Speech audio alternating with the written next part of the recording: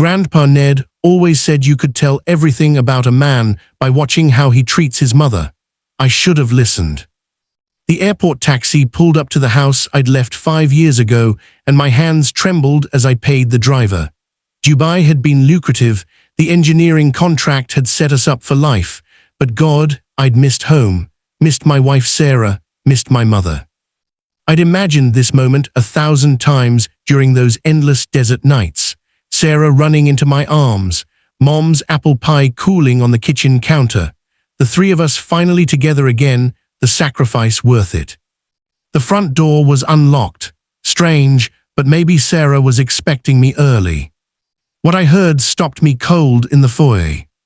I said, "Move faster, do you think I have all day?" Sarah's voice, sharp as broken glass. I'd never heard that tone before. "I'm sorry, dear, my hip." "I don't care about your hip. The bathroom needed scrubbing an hour ago." My mother's voice, small, defeated. I dropped my suitcase and walked toward the kitchen like a man in a nightmare. The scene before me seemed impossible. My 72-year-old mother, the woman who'd raised me alone after Dad died, who'd worked 3 jobs to put me through college, was on her hands and knees, scrubbing the floor. Her arthritis-gnarled fingers gripped a brush, her face drawn with pain. Sarah stood over her, arms crossed, wearing the expensive dress I'd sent money for. The diamonds at her throat caught the light.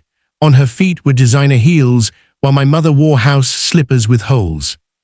"Well, what are you waiting for?" Sarah snapped. "And when you're done here, my friends are coming for lunch. The guest bathroom better be spotless." "Zero." My voice came out strangled. They both turned.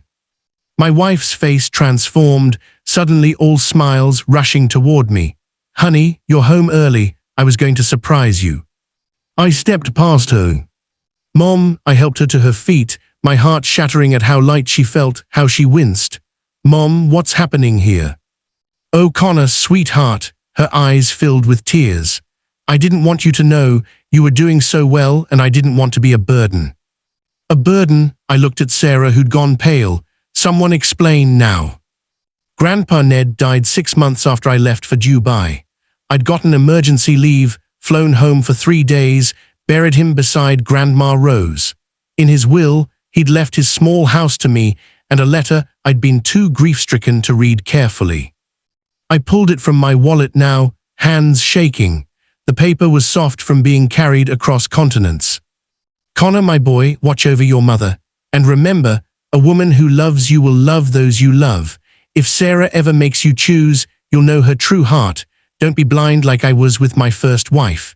Some people wear masks until they think you're trapped." I'd thought he was just being cautious, protective. Grandpa Ned had always been suspicious of Sarah's quick courtship, her eagerness for me to take the Dubai job. Now his words felt like prophecy. "When I left," I said slowly, looking between them, "we agreed Mom would move in, keep each other company, help with the house."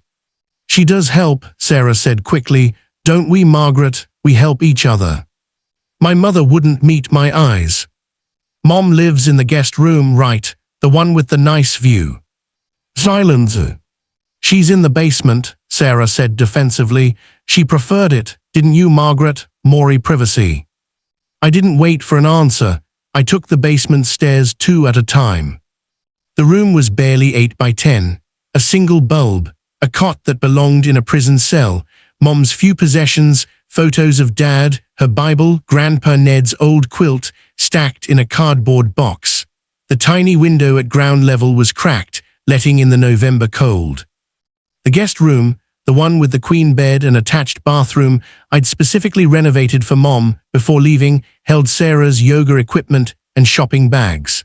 Dozens of shopping bags, tags still on. Clothes that cost more than Mom's monthly social security check. I went back upstairs. 5 years, I said quietly. For 5 years, I sent money home, generous money, enough for both of you to live comfortably. Where did it go, Sarah? She laughed nervously. "Connor, you're jet-lagged. Why don't you rest and—" "Where did it go?" My mother touched my arm. "Connor, please, it's not worth."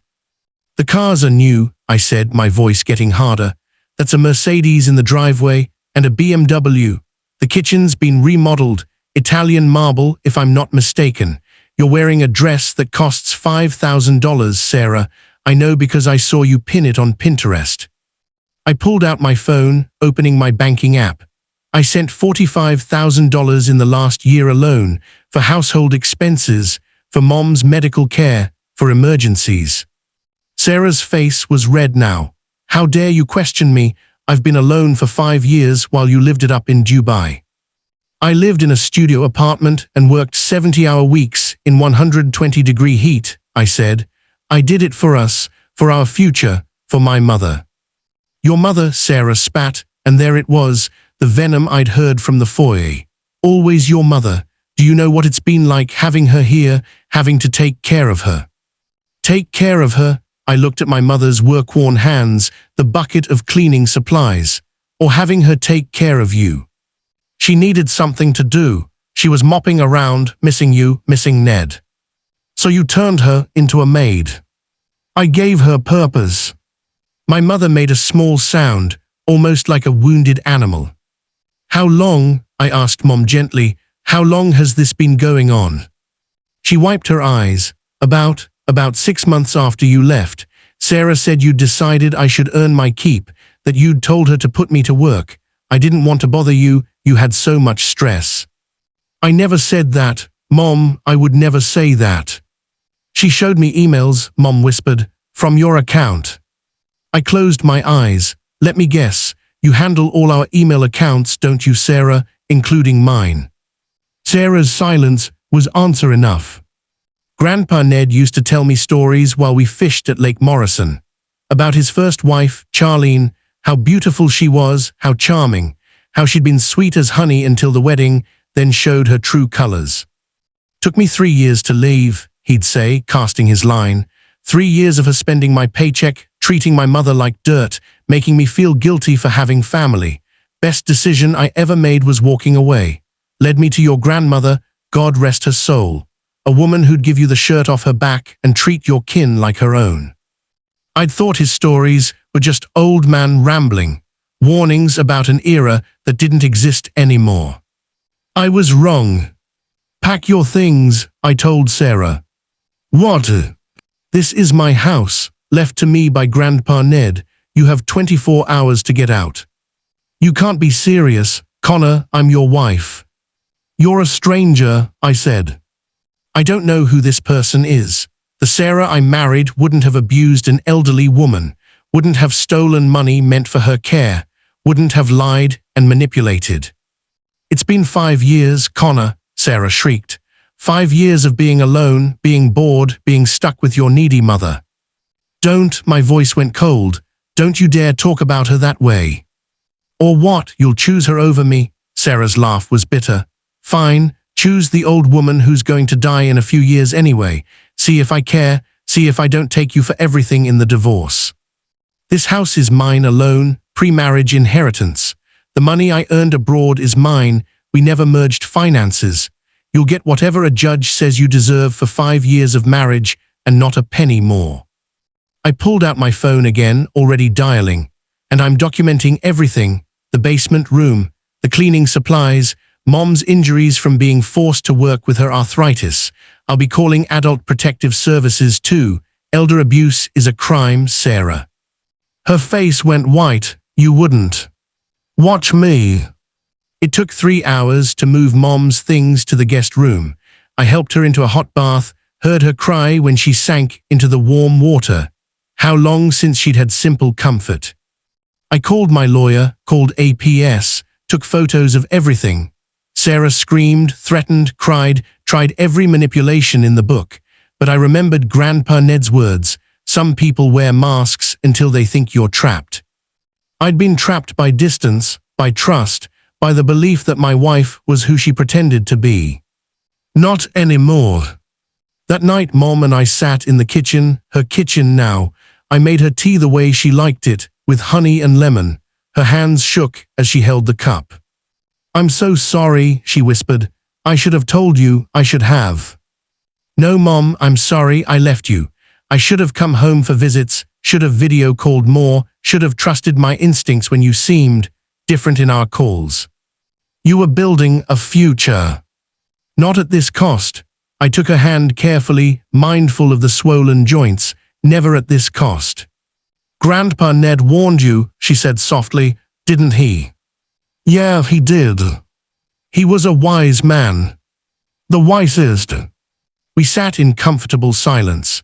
Outside, I heard Sarah loading her Mercedes, probably with stolen goods bought with money meant for Mom's care. Let her take it. Material things didn't matter. What mattered was this, my mother safe and cared for, the truth finally revealed, and a future that, while different than I'd planned, was built on solid ground.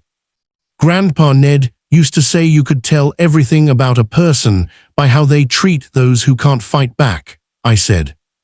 Mom nodded, tears sliding down her weathered cheeks. He was right, I continued. And Mom, I choose you, today, tomorrow, always I choose you.